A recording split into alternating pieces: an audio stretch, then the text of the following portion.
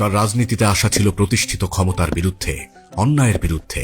তার রাজনীতিতে আসা ছিল তাবেদারির সংস্কৃতি থেকে মুক্তির লড়াই। What a disgrace for the country, যা আমাদের অর্থমন্ত্রী বলে যে these are mafia। তিনি ব্যারিস্টার আন্দালিব রহমান পার্থ। 2008 সালের নবম জাতীয় সংসদে প্রথমবার পা রেখেই আলোড়ন তুললেন সারা দেশে। মাননীয় স্পিকার, কোন দেশের অর্থনীতি অনেকখানি ডিপেন্ড করে তার মিডল ক্লাস ফ্যামিলির উপরে, কত স্ট্রং তার middle class economy, middle class family দাঁড়ায়। স্লোলি বাট শিওরলি আমরা সেদিকে যাচ্ছিলাম, কিন্তু কোথা থেকে? ডেমোক্রেসির সাথে গুড গভর্নেন্স থাকতে হবে। আমি স্পষ্ট করে বলতে চাই, চোর কোনো দলের না। একজন মাননীয় সংসদ সদস্য বললেন আমাদের দলের বা 4 দলীয় ঐক্যজোটের একজনের নাম, যদি সেও থাকে সবার বিচার হওয়া উচিত। তারুণ্য সৎ নেতৃত্বকে আহ্বান জানিয়ে বললেন, রাজনীতি বাঁচলে বাঁচবে দেশ, তারুণ্যই গড়বে বাংলাদেশ। সরকারের মদদে লক্ষ লক্ষ মানুষ শেয়ার বাজারে প্রতারিত। ঠিক সেই সময় জাতীয় সংসদে একজন নির্ভীক নেতা সমস্ত সত্য উন্মোচন করলেন। আজ থেকে 3-4 বছর আগে যারা সেলফ ডিক্লেয়ার্ড ব্যাংক্রাপ্ট ছিল, আত্মস্বীকৃত দেউলিয়া, যারা নিউজ পেপারে বলেছিল 700 কোটি টাকা 800 কোটি টাকা লস যাদের, 1000 কোটি টাকা বরং, সেই দরবেশরা এই 2 বছরে ব্যাংকের টাকা শোধ করে আরো 10,000 কোটি টাকার মালিক হয়ে গিয়েছে। যেই কোম্পানি ইস্ট ইন্ডিয়া কোম্পানির মতো এত কোটি কোটি টাকা ট্যাক্স ফাঁকি দিয়ে, স্ট্যাম্প ডিউটি ফাঁকি দিয়ে এই দেশে ব্যবসা বাণিজ্য করছে, আমি সবাইকে অনুরোধ করব বাংলাদেশের যে আপনারা এয়ারটেলকে বয়কট করেন। আলেম ওলামাদের উপর অমানবিক অত্যাচার, নির্যাতন ও নিপীড়নের বিরুদ্ধেও সোচ্চার ছিলেন আন্দালিব রহমান পার্থ। স্পিকার, আমি দেখলাম আলামা শফি সাহেব হেলিকপ্টার করে কোথায় গিয়েছেন। বড় নিউজ পেপারে চলে আসলো আলামা শফি সাহেব হেলিকপ্টারে গিয়েছেন। কোথায় টাকা পেল? আমাদের তোফায়েল আহমেদ সাহেব গত 4 বছরে 40 বার ভোলাতে হেলিকপ্টারে গিয়েছেন। এই ব্যাপারে কিন্তু কেউ প্রশ্ন করলেন না। আমরা যদি বাংলাদেশ জিন্দাবাদ বলে গাড়ি ভাঙি, সেটা সহিংস আন্দোলন। আপনারা জয় বাংলা বলে গাড়ি ভাঙলে সহিংস আন্দোলন। আল্লাহু আকবার বলে হেফাজত যদি গাড়ি ভাঙে, তাহলে তারা জঙ্গি হয়ে যায়। এইটা কি ধরনের কথা?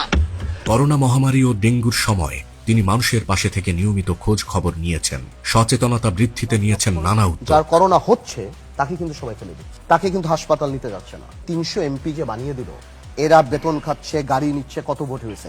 এই এমপিরা কত টাকার মালিক সবাই জানে। যদি 1 কোটি টাকা করেও খরচ করে, তাহলে তো 300 আসনে 2টা করে ভেন্টিলেটর মেশিন দিতে পারে। কই, তারা তো করছে না। যে আমি হেল্প করতে চাই, আমি দরকার পড়লে 2টা ভেন্টিলেটর মেশিন বা কি আমার ভোলাতে কোনো কিছু নাই, আমি করতে চাই। আমাদের কোনো সিস্টেম নাই, আমি করতে পারবো না। দেশের মর্যাদা নষ্ট হলে তিনি নীরব থাকেননি। মন্ত্রী হোক বা ক্ষমতাবান, জবাব চেয়েছেন সবার কাছেই। যেই দেশের স্বরাষ্ট্র প্রতিমন্ত্রী শাহরুখ খানের কনসার্টে যে মাটিতে বসে, এই দেশে কি হতে পারে? মান ইজ্জত কোথায় যায় আমাদের?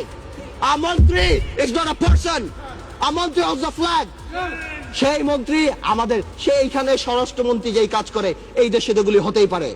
ব্যাংক করতে মানুষ থেকে আপনাকে জানাই 400 কোটি টাকা লাগে, 4-এর পর 9টা শূন্য। ফার্মার্স ব্যাংক যিনি করলেন, ইলেকশনের হলফনামায় 39 লক্ষ টাকার মালিক। মেঘনা ব্যাংকে করলেন, কোটি বাটি মিলে 27 লাখ টাকার মালিক। ফেডারেল ব্যাংক যিনি করলেন, কোটি বাটি মিলিয়ে 1 কোটি 1.5 কোটি টাকার মালিক।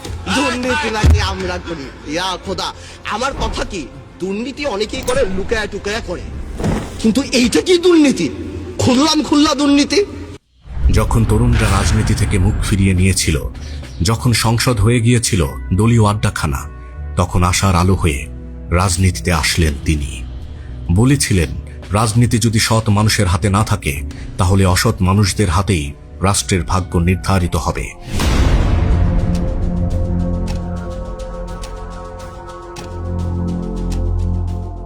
হামলা, মামলা, কারাবাস কিছুই তাকে থামাতে পারেনি। নিরাপদ সড়ক আন্দোলন থেকে কোটা সংস্কার, 2024-এর জুলাইয়ের আন্দোলন, সবখানেই তিনি ছিলেন তরুণদের সঙ্গে, তরুণদের কণ্ঠে।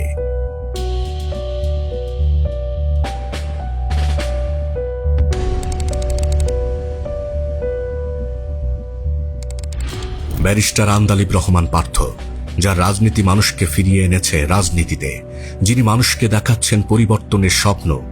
আমার আজকে 16ই ডিসেম্বর আমি সারা বাংলাদেশের তরুণ সমাজ, সুশীল সমাজ, শিক্ষিত সমাজ, ভালো মানুষকে আমি অনুরোধ করছি, আসুন আপনারা আমাদের সাথে রাজনীতিতে আসুন। আমার ভাইয়েরা, আমরা কথা দিচ্ছি আমাদের সাথে রাজনীতিতে করলে কোন মৃত ব্যক্তিকে নিয়ে কোনো সমালোচনা করতে হবে না।